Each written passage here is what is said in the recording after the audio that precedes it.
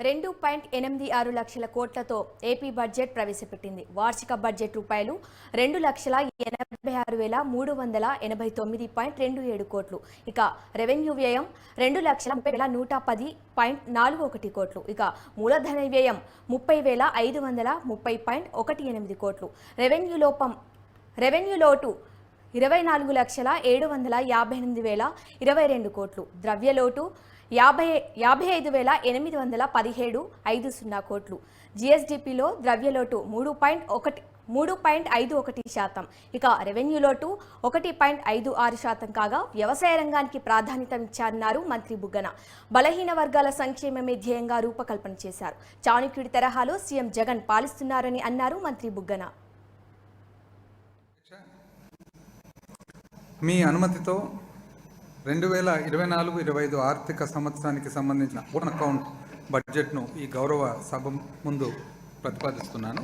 గత 5 ఏళ్లుగా మన రాష్ట్ర బడ్జెట్లను సమర్పించే అవకాశం నాకు దక్కిన అపూర్వ గౌరవంగా భావిస్తున్నాను. ముఖ్యంగా గౌరవ ముఖ్యమంత్రి గారికి అధ్యక్ష, అదేవిధంగా మీకు, ఈ హౌస్కు, మరి ఈ 5 సంవత్సరాలు సహకరించిన ఫైనాన్స్ డిపార్ట్మెంట్ ఆఫీసర్లు, స్టాఫ్ అందరికీ కూడా నా ధన్యవాదాలు తెలియజేసుకుంటా ఉన్నాను. ఏ దేశానికైనా పౌరులే ఎనలేని సంపద. రాష్ట్ర వృద్ధికి, ఆర్థికాభివృద్ధికి దోహదపడే విధంగా పౌరుల సామర్థ్యాలను అభివృద్ధి చేయడం ప్రభుత్వాల యొక్క ముఖ్యమైన కర్తవ్యం. ఈ దృష్టితో మా ప్రభుత్వం గత 5 ఏళ్లలో మానవ మూలధన అభివృద్ధికి అత్యంత ప్రాధాన్యతనిచ్చింది. మానవ వనరుల అభివృద్ధిపై పెట్టే పెట్టుబడి మారుతున్న కాలానికి అనుగుణంగా కలిగే ఆర్థిక ఒడిదుడుకులను తట్టుకొని నిలబడగలిగే శక్తి సామర్థ్యాలను పెంపొందించింది. సమ్మిళిత వృద్ధిని సాధించడానికి దోహదపడుతుంది. అందరికీ సమాన అవకాశాలను అందించే సమాజ నిర్మాణం అసాధ్యం కాదని, నిజానికి సుసాధ్యమేనని నిరూపించడానికి మా ప్రభుత్వం విద్య, ఆరోగ్యం, నైపుణ్యాల సమ్మేళనం ద్వారా నిరంతర కృషి చేస్తున్నది. మన పిల్లలను ప్రపంచ స్థాయి పోటీకి సిద్ధం చేయడానికి మా ప్రభుత్వం అన్ని ప్రభుత్వ పాఠశాలల్లో ఆంగ్ల మాధ్యమం విద్యను ప్రవేశపెట్టింది. మన రాష్ట్రంలో ఉన్న 1000 పాఠశాలల్లో చదువుకునే 4,39,595 మంది విద్యార్థులను central board of secondary education CBSE పరిధిలోకి తీసుకొచ్చాం. అంతేగాక అన్ని ప్రభుత్వ ఉన్నత పాఠశాలల్లో ఇంటర్నేషనల్ బ్యాకలరేట్ IB పాఠ్య ప్రణాళిక కిందకు ప్రవేశపెట్టాలని, ప్రతి ఒక్క విద్యార్థికి TOEFL test of English as a foreign language ధృవీకరణ పత్రాన్ని అందించాలని మా ప్రభుత్వం చిత్తశుద్ధితో కృషి చేస్తుంది.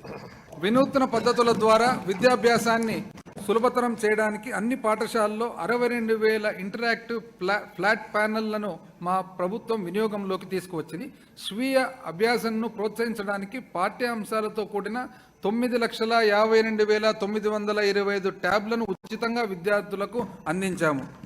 9,52,925 ట్యాబ్లను ఉచితంగా విద్యార్థులకు అందించాము. దీనివలన తరగతి గదిలో బోధన మరియు అభ్యాసన ఫలితాలు అద్భుతంగా మెరుగవడం ద్వారా 4వ తరగతి నుండి 12వ తరగతి వరకు 34,30,000 మంది విద్యార్థులు మరింత ప్రతిభావంతులయ్యారు.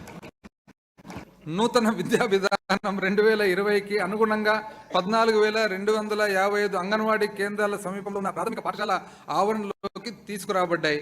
మరియు 4,470 ప్రాథమిక పాఠశాలల సమీపంలో ఉన్న ఉన్నత పాఠశాలల ఆవరణలోకి తీసుకురాబడ్డాయి.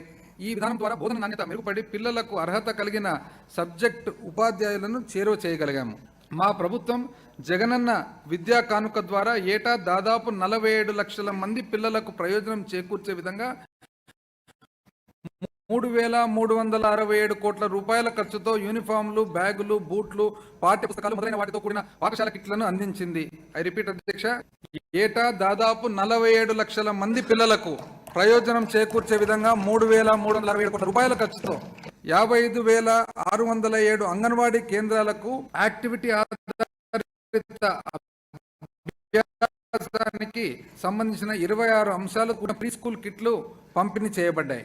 మనబడి నాడు నేడు పథకం 56,703 ప్రభుత్వ పాఠశాలలు, సంక్షేమ వసతి గృహాలు మరియు జూనియర్ కళాశాలలో అభ్యసించే వాతావరణాన్ని మెరుగుపరిచింది. ఫర్నిచరు, త్రాగునీరు, మెరుగైన పారిశుద్ధ్యం వంటి చక్కటి సౌకర్యాలతో కూడిన తరగతి గదులతో 15,715 పాఠశాలలు ఈ పథకం మొదటి దశ కింద పూర్తయ్యాయి. రెండవ దశ కింద 22,344 పాఠశాలలో ఇప్పటి వరకు 7,163 కోట్ల రూపాయలను ఖర్చు చేశారు. ఈ పథకం వల్ల 99.81% పాఠశాలలో కనీస మౌలిక సదుపాయాలను అందించగలిగాము.